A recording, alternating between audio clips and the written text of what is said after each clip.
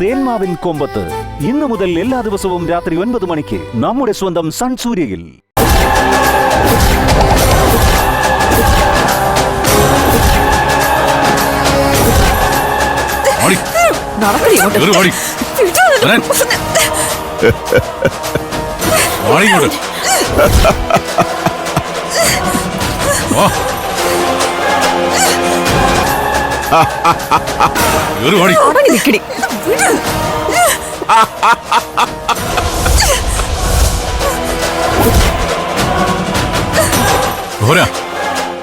പറഞ്ഞ പോലെ ഞാൻ ഇവിടെ തൂക്കി.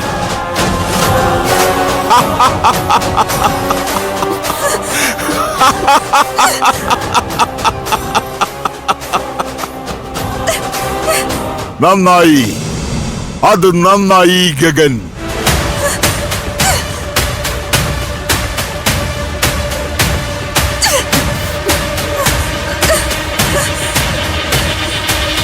ഇവളെ കൊണ്ടുവരാൻ ഇവളുടെ വീട്ടുകാർ സമ്മതിച്ചോ? ഇവളുടെ വീട്ടുകാർ ഒരു അംഗത്തിനൊക്കെ ശ്രമിച്ചു, പക്ഷെ അതൊന്നും നമ്മുടെ മുമ്പിൽ വില പോവില്ലല്ലോ. തള്ളയും തന്തയും കാലെ വീണ് കരഞ്ഞു പറഞ്ഞൊക്കെ നോക്കി, പക്ഷെ ഞാനതൊന്നും വകവയ്ക്കാൻ പോയില്ല.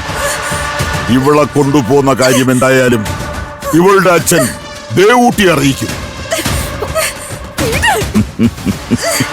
നല്ലവളായ ദേവൂട്ടി ഇവളുടെ ജീവന്റെ രക്ഷയ്ക്കായി ഈ മണ്ണിൽ അവതരിക്കാനുള്ള സാധ്യതകളൊക്കെ ഞാൻ കാണുന്നു.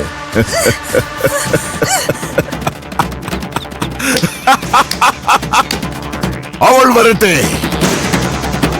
അവൾ വരണമല്ലോ.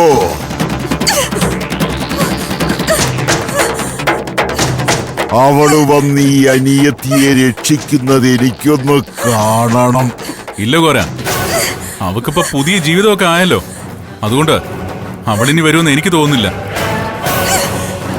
വന്നില്ലെങ്കിലും കുഴപ്പമൊന്നുമില്ല. ദേവൂട്ടിക്ക് പകരം ഇവൾ മതി. കന്യകയായ ഒരു പെണ്ണ് വേണം ഈ ഉഗ്രസേന ഘോരയുടെ ഉപാസനാമൂർത്തികൾക്ക് ബലിയാകാൻ. അതിന് ഇവൾ ധാരാളം. എന്റെ യാഗത്തിന്റെ പരിസമാപ്തിക്ക് ബലിയാവാൻ ഒരു കന്യക വേണമെന്നേയുള്ളൂ. അതിന് യോഗം ഇവൾക്കാണെങ്കിൽ പിന്നെ അത് തടയാൻ നമുക്കാവില്ലല്ലോ. ഇവളെ ബലി കൊടുത്ത് എന്റെ യാഗം മംഗളമായി പൂർത്തിയാക്കണം. എന്നിട്ട് വേണം ഈ ദൈവിക ശക്തികളെ തൂത്തെറിഞ്ഞ് ഈ നാടിന്റെ അധിപനായി ഈ ഉഗ്രസേന അഘോരയ്ക്ക് മാറാൻ. ഇവളെ കൊണ്ടുപോയി ബന്ധിക്ക്. ജീവൻ നിലനിർത്താനുള്ള ഭക്ഷണം മാത്രം കൊടുത്താൽ മതി. ഒരാളും ഇവളെ തേടി ഇവിടെ വരരുത്. വാണിങ്ങോട്ട് ഇടയ്ക്കാതിങ്ങോട്ട് വാണി. വാണിങ്ങോട്ട്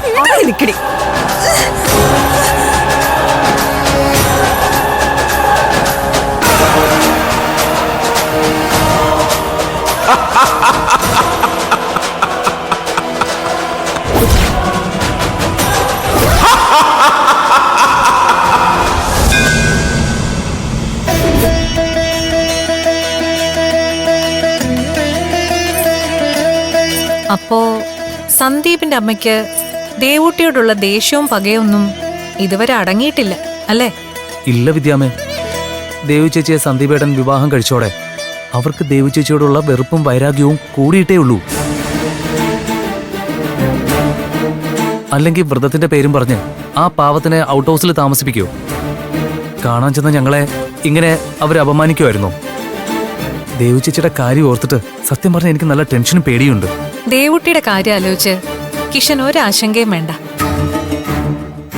ഏത് പ്രതിസന്ധികളെയും തരണം ചെയ്യാൻ അവൾക്ക് അമ്മ മൂകാംബിക തുണയാവും. പിന്നെ സന്ദീപും ആ മുത്തശ്ശിയൊക്കെ ദേവൂട്ടിക്ക് പിന്തുണയായിട്ടുണ്ടല്ലോ. അത് ശരിയാ. സന്ദീപേട്ടനും മുത്തശ്ശിയും ദേവു ചേച്ചിക്ക് നല്ല സപ്പോർട്ടാ. ഉം. പിന്നെ ശ്രീകലാമ്മയുടെ ഭർത്താവുണ്ടല്ലോ, അയാളും ആ പെൺകുട്ടിയും ഒരു ടൈപ്പാ. അവരുടെ ഭാഗത്തു നിന്ന് ദേവിച്ചേച്ചിക്ക് എന്തെങ്കിലും സഹായം കിട്ടുമെന്ന് എനിക്ക് തോന്നുന്നില്ല വിദ്യാമ്മ. ഉം. അവരുടെയൊക്കെ മനസ്സ് മറ്റാരുടെയോ നിയന്ത്രണത്തിലാണ് കിഷൻ.